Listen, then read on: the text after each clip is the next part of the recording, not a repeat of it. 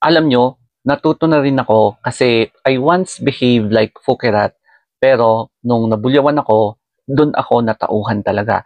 So, ito yung aking story time related sa nangyari kay Fukerat. Sa case ko naman, sobrang ingay ko din nung nasa loob kami ng sasakyan. So, all throughout sa aming trip, napakaingay ko hanggang sa merong isang pasahero na hindi nakapagtimpi, pinagalitan ako, sinigawan ako na ang sabi niya ay, "Hoy!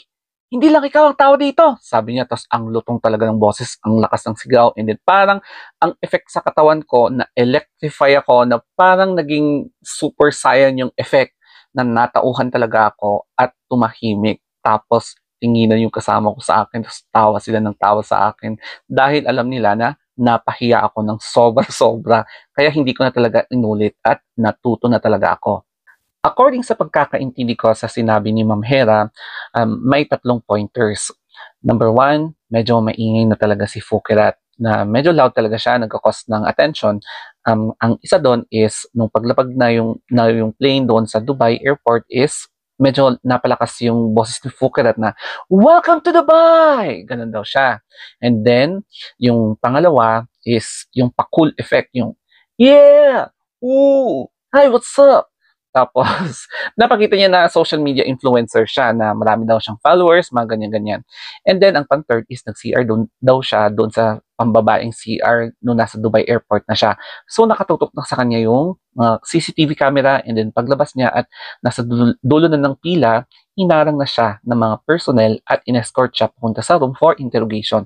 And after some deliberation, they have explained everything kay Bukerat na she is a threat to national security ng Dubai. So they have determined na pauwiin na siya, denied entry, and I'm not sure kung blacklisted nga talaga si Fukerat.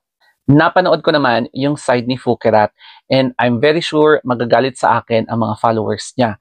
At ito yung napansin ko. According sa pagkakaintindi ko sa sinabi ni Fukerat, nabanggit niya na although nag-research naman siya, nagtanong-tanong, pero hindi pa rin yun sapat para mabigyan siya ng pass or entry doon sa Dubai. And then, by explaining herself or defending herself, inaantay ko yung sincere apology. The ego na dapat magpaka-humble na siya doon. Pero parang kulang, parang hindi, no? Parang wala. Ang na-observe ko lang is, Fukerat just wants to save her ego para yung kasi napahiya na siya diyan eh. Gusto niyang i-save yung kanyang face. Gusto niyang i-save kung ano man yung gusto niyang i-save yung image niya, parang ganon. Pero inaantay ko yung parang apologetic sincerity, mga ganyan. Although yeah, wala naman siyang she doesn't need to explain herself or defend herself sa mga fans. Pero alam mo yung humility, parang nakulangan ako. So I hope or baka aawayin na ako dito ng mga fans ni Fukerat. Ito naman yung aking reaction basing from my personal experience na relatable kay Fukerat, yung nangyari sa kanya, na parang inalog talaga siya, pero kebs. And during that time, I was also young as Fukerat, and ganyan din yung behavior ko na, deadma, napahiya ako, and so be it. Marami naman akong friends dyan eh, kung ayaw nila sa akin, may mga ibang friends din ako. Yeah, and syempre, meron akong pinagmamalaki na social media followers. So, Kebs, di ba? Marami pa naman akong chance eh, yung ganong ego. So, in time, nare-realize din ni Fukirat na kapag unti-unting nawawala na yung, or lumalayo, or umiiwas yung mga friends sa kanya, doon niya na unti-unting nai-ingest na, okay, I think it's time for me to reflect on myself, and then i-realize ko yung mga pag-uugali ko na kailangan kong baguhin. Hindi man ngayon, pero in the future. At ito, I think kailangan ni Fukerat ng friend na mag-guide sa kanya. Yung friend na talagang very firm, yung talagang malakas ang loob na magsabi kung ano yung do's, don'ts, at magpaparealize sa kanya kung ano man yung mga kagagahan na mga ginagawa niya. Kung pwedeng ilublob yung pagbumukha ni Fukerat sa inidoro o kaya sa putikan, then go, ilublob. Para yung sugat na matatamo niya from the toilet bowl o kaya sa putikan na doon magpaparealize sa kanya na, ay, grabe yung sugat ko. So, para hindi na maulit yung paggusgus sa mukha niya sa inidoro, wag na niyang ulitin yung kanyang kagagahan. Yung ganun na timbong friend na mag-guide sa kanya.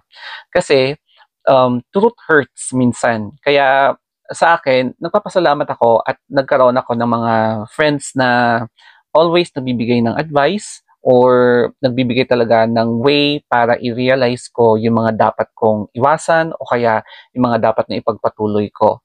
Kung tatanungin niyo ako kung magbabago si Fukirat, yes, but hindi pa sa ngayon.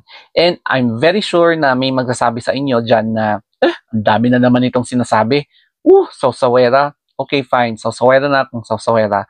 But, I am sharing this, it's because relatable din ito sa aking personal experience. Kasi during that time, nung ka-age ko pa si Fukirat, nung bata-bata pa ako, naka-experience ako din ng ganyan. And from that time talaga, naalog yung utak ko na um, hindi ko talaga ine-expect na parang iba yung effect sa aking mental health na, ay, wait, totoo nga pala, no, na kailangan ko nang maging sensitive sa mga kasama ko and sensitive sa mga pinupuntahan ko para hindi maulit yung nangyari sa akin. Parang ganon. In the case of Fukirat, go lang, sige, mag-party pa siya, mag-enjoy lang siya, yeah, ooh, yeah, wala pa naman akong following eh, kaya kebs lang. Pero wag niyang antayin na yung mga dumarating sa kanyang opportunity at mga new friends na biglang lumayo sa kanya, tsaka na lang siya magsisisi. Kasi minsan, ang pagsisisi ay nasa huli kung walang-wala ka na. So, yun lang guys. Thank you and have a nice day.